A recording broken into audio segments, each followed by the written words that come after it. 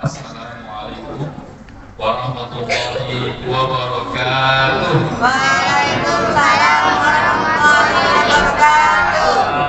Alhamdulillahi wahda, wassalatu wassalamu ala man la nabiyya ba'da, wa ala alihi wa ashabihi wa man wala, wa la hawla wa la quwwata illa billah. Alhamdulillah, Bapak Ibu hadirin hadirat yang sama-sama berbahagia, kita sudah masuk kepada hari ke-9 libur Ramadan. Semoga dari hari pertama sampai hari ke-8 amalan kita yang kita lakukan diterima oleh Allah Subhanahu wa taala. Diampunkan dosa kita oleh Allah Subhanahu wa taala dan kita dimudahkan oleh Allah Subhanahu wa taala untuk meningkatkan ibadah di hari-hari yang tersisa. Jamaah hadirin hadirat rahimakumullah.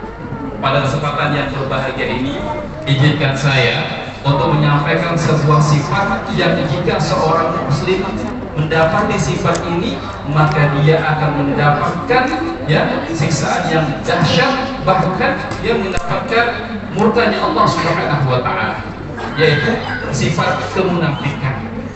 Seandainya mungkin kita para ulama menjelaskan bahwasanya kita tidak boleh pernah merasa aman dari sifat kemunafikan. Kenapa? Kata Hasan Al-Basri, man lam yakhafin nifaqi bahwa munafik. Barang siapa, ini Hasan Al-Basri adalah tabi'in, beliau berkata, barang siapa yang tidak takut kemunafikan dalam dirinya, maka dia adalah munafik. Maka dalam riwayat yang lain juga dijelaskan bahwasanya man lam yakhafun nifaq, munafik wa muhabbun nifaqin mu'min, atau kama qala Hasan Al-Basri. Barang siapa, sekali lagi, bahwa orang beriman itu adalah mereka yang takut kemunafikan, dan orang kafir mereka tidak takut dengan kemunafikan. Maka dari itu seorang sahabat, seorang tabi'in bertemu dengan 30 orang sahabat. Ada seorang tabi'in, Bapak Ibu sekalian, dan tabi'in itu adalah mereka yang hidup di zaman para sahabat. Kalau sahabat dan mereka yang hidup di zaman Rasulullah.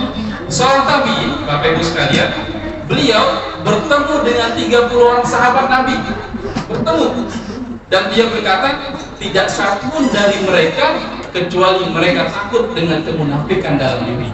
Bayangkan Bapak Ibu sekalian, seorang sahabat Nabi yang memiliki keutamaan yang besar, memiliki fadilah yang besar di sisi Allah. Allah ridho kepada mereka dan mereka ridho kepada Allah Subhanahu wa taala. Radhiyallahu anhu wa radu anhu.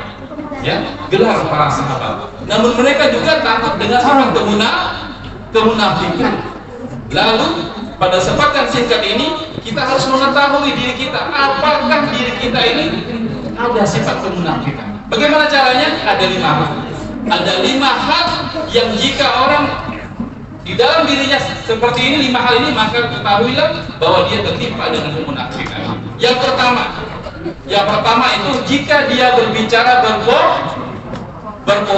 Jika dia berjanji jika dia diberi amanat maka dia khianat. Kata Rasulullah sallallahu alaihi wasallam, munafikun salasa, alamatul munafik salasa.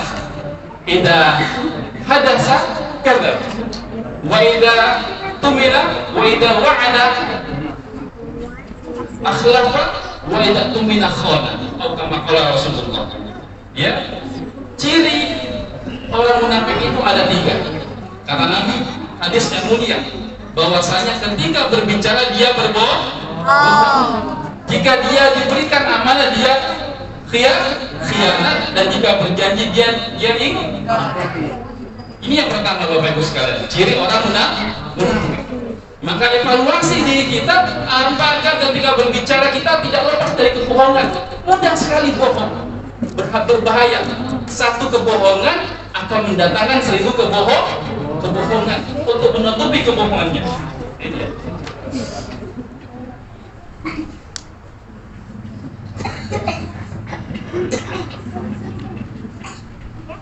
Selanjutnya, ciri yang kedua, ciri orang munafik yang kedua adalah seorang lelaki yang enggan sholat berjamaah di masjid ataupun di surau berjamaah.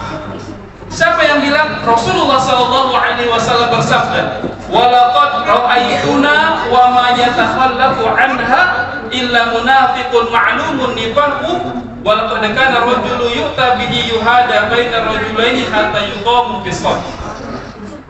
Aku telah melihat bahwa orang yang meninggalkan sholat jamaah hanyalah orang munafik, ya, di mana ia adalah munafik tulen.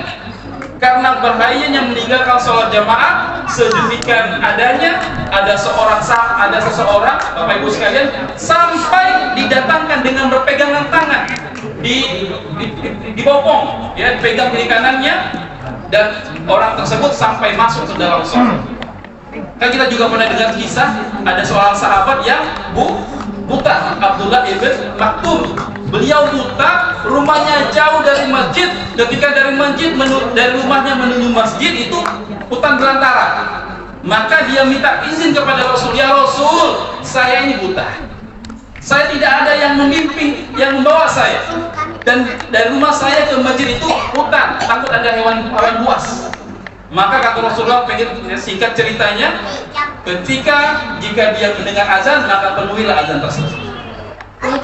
Jamaah sekalian yang dirahmati oleh Allah, maka ciri yang kedua, orang munafik itu tidak mau sholat berjamaah di masjid ataupun di surau. Ya, bayangkan Nabi, Bapak Ibu sekalian, orang yang sudah maksum, dijamin oleh Allah masuk surga, beliau sakit pun sampai dibopong ke Masjid Nabawi. Ya. Yang ketiga, jamaah sekalian, ciri orang munafik yang ketiga adalah, ya, malas melakukan sholat subuh dan sholat isya. Ini ciri yang ketiga, jamaah sekalian. Ya. Dari Abu Hurairah radhiyallahu anhu berkata,